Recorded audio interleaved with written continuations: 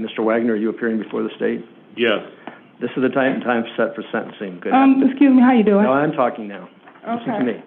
Is your true name and your complete name Shayna Marie Blackshire? The court lacked jurisdiction over the subject matter. What is your date of birth? The court lacked jurisdiction over the subject matter. The court will accept the court, based upon a verdict by the guilty in this case. The court lacked jurisdiction over personal addiction. As a result of a jury trial, the court finds the defendant is guilty in CR 22209. Count 1, unlawful flight from a law enforcement vehicle, a Class 5 felony. This is in violation of ARS 28624C, Y'all cannot force me to get sentenced. Yes, I can. ARS 28622, ARS 28622.01, A1, 28624C, 283001, 283304, 283305, 283315, 13701, 702, and 801. The date of the offense was on or about February 5th, 2022. The offense is non-dangerous, and I'm finding it non-repetitive for reasons I'll state on the record. Count three, that she is guilty of count 3, criminal damage, a Class 1 misdemeanor. It's in violation of ARS 13-1602A1, 13-1601,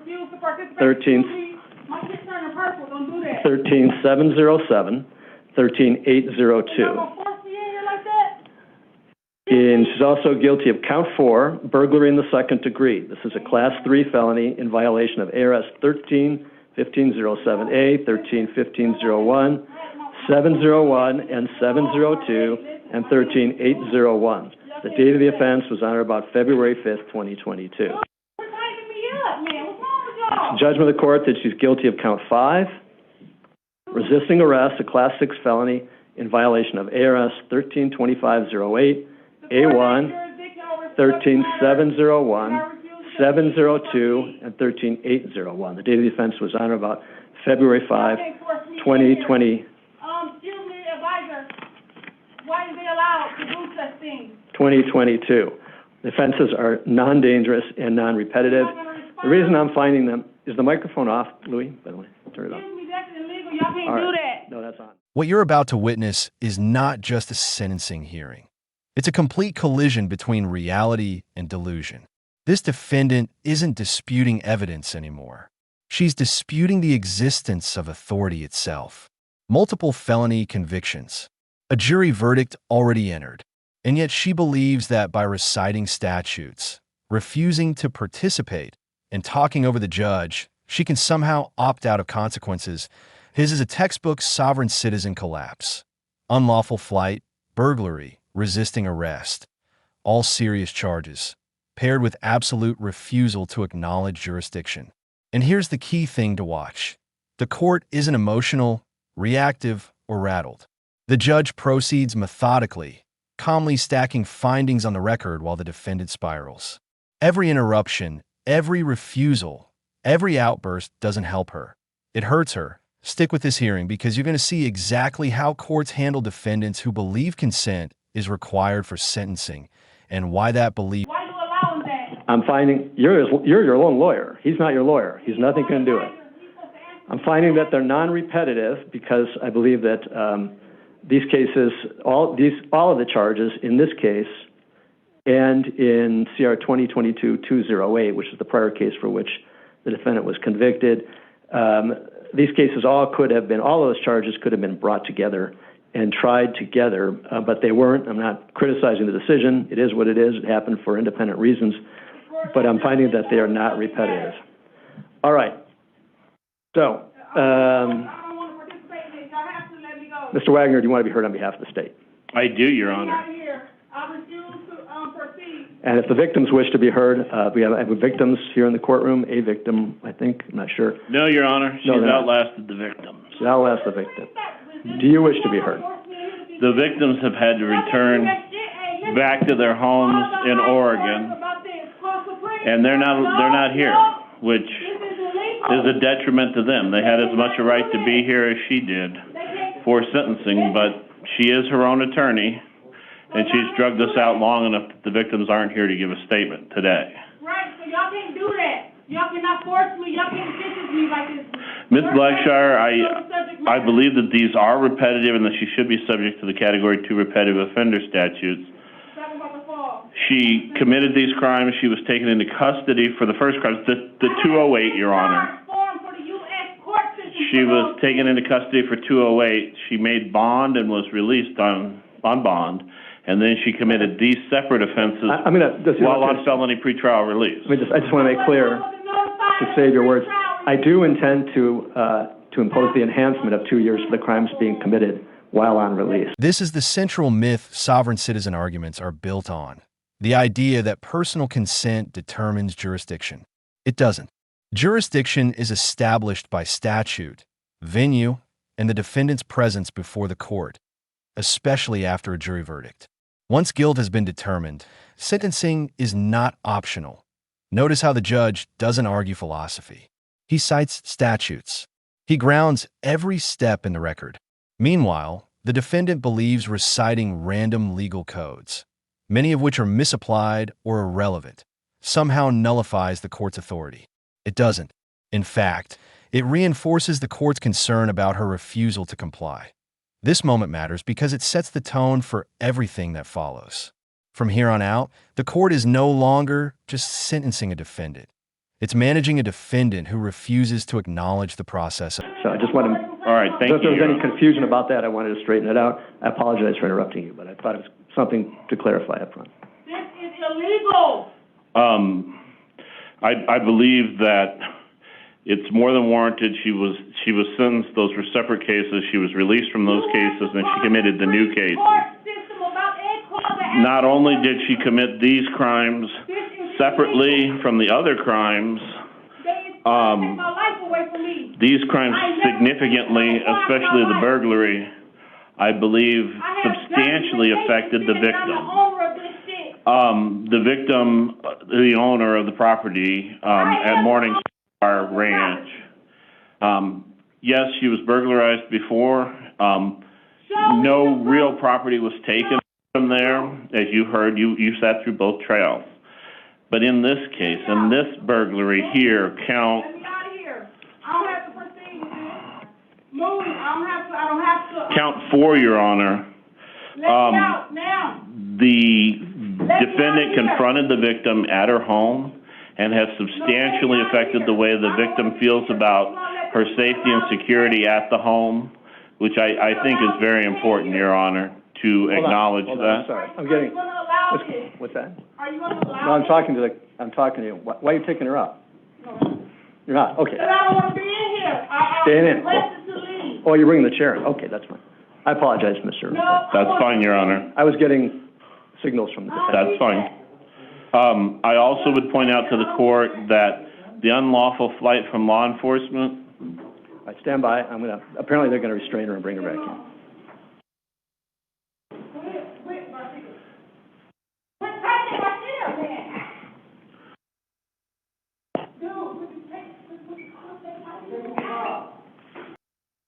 Thank you. All right. All right. Defendant is back. You may continue, Mr. Wagner. Thank you, Your Honor. I would also point out to the court that count 1, the unlawful flight from law enforcement, and count 5, the resisting arrest counts, are not in any way connected with the prior the 208 case. They're separate victims there. These are definitely separate incidents. The state would argue that as well for count 4, the burglary, Your Honor. No, I'm not relaxing up in the legal.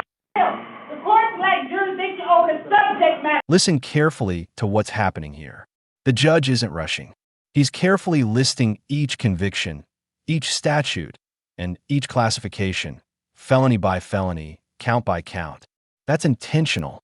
It creates a clean appellate record and eliminates ambiguity that what the defendant hears as harassment is actually procedural precision. Courts do this to protect the sentence from being overturned later. Ironically, the more the defendant interrupts, the more meticulous the judge becomes that LSO important. These are not victimless or technical crimes. Burglary, criminal damage, unlawful flight, resisting arrest. The court is clearly establishing that these acts occurred on the same date, but remain legally distinct. This matters enormously for sentencing exposure, and it's something the defendant seems completely unaware of while she's focused on resisting the chair instead of The 2-year enhancement, I can't remember that. It is, I'm sorry, Your Honor, it is 708D, and I don't know that I made that entirely clear, but it just, whatever the sentence, the court prescribes, each sentence gets a 2-year enhancement. Is that ARS 13-707? Yes, I'm sorry, ARS 13708. It's illegal. But not as to the misdemeanor, obviously. Not as to the misdemeanor. I concur with the misdemeanor assessment that probation had, that it's just time served in the county jail, that she's already fulfilled more than the requirement for that. I agree that the presumptive terms are warranted in the other cases as well, Your Honor. I would point out that the jury during the aggravation phase, the jury found 4 aggravators. They found 4 aggravators. We have no mitigators here that I can see. Even with all of that, I would still ask for the presumptive terms as a Category 2 repetitive offender with the enhancements for the 13708D. I think that these charges probably would be warranted to run concurrent with each other, but I do feel that they should run consecutive to the defendant's prior case.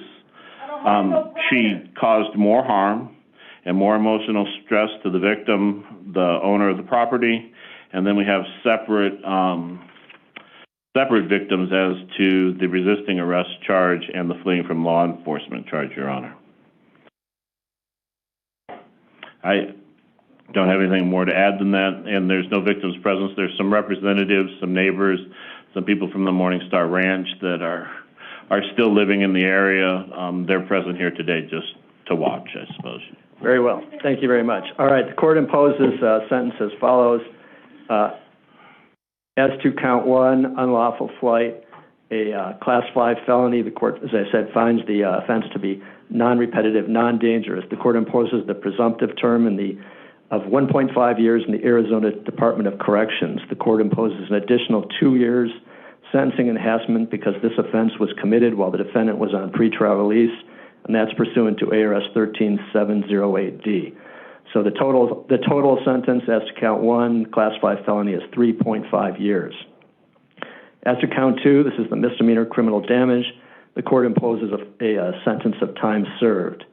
As to count 4, again, the court finds this to be non-dangerous and non-repetitive. This is burglary in the 2nd degree, Class 3 felony. The court imposes the presumptive term of 3.5 years. The court also imposes the sentencing enhancement pursuant to 13708D of 2 years. So the total offense level, the total sentence for count 4 is 5.5 years.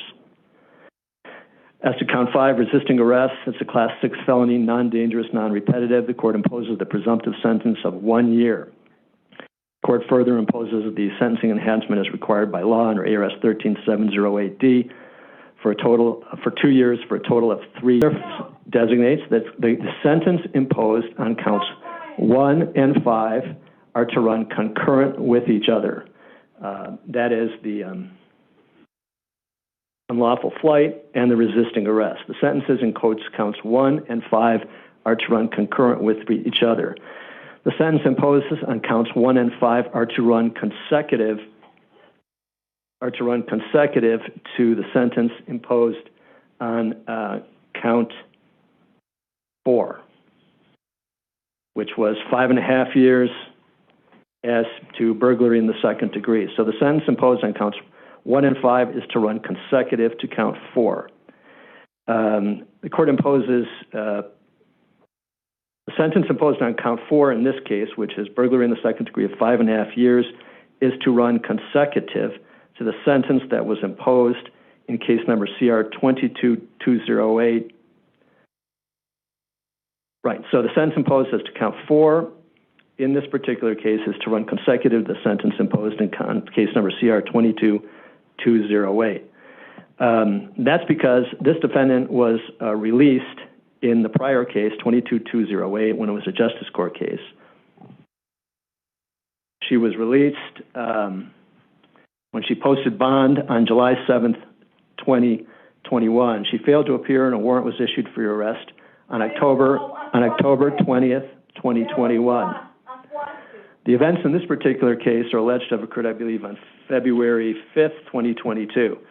So the events that happened at the Morningstar Ranch that were the subject of 22-208, do you wish to have an attorney appointed to represent you on the appeal? If you cannot afford to pay one, the court will pay the costs of an attorney to represent you on appeal. That will include the costs of the lawyer's legal fees and legal costs. You will not have to pay anything. Do you wish to have an attorney appointed to represent you on the appeal? No. Appeals are specialized actions, and Court of Appeals is very sticky with their rules. They're very strict, and it's a real specialty with someone who knows how to write good appeals. I met with you before when you were here before, and we met not in chambers, but in the holding cell area. It's all on the record, what I'm referring to, and I advised you that it really is in your best interest, I believe, to have a lawyer represent you on appeal, and you indicated at that time that you don't want a lawyer to represent you on appeal. I'd really encourage you to do it. I think it's in your best interest, but it's your choice. Okay. You said I need what with that? You're excused. You're remanded to the custody of the sheriff to be delivered to the Arizona Department of Corrections to fulfill a sentence. How much What? time? Hold on a second. What? How much time did he give me? You just said a whole bunch of numbers. Yeah, you can take them. You're excused. Thank you. Good luck.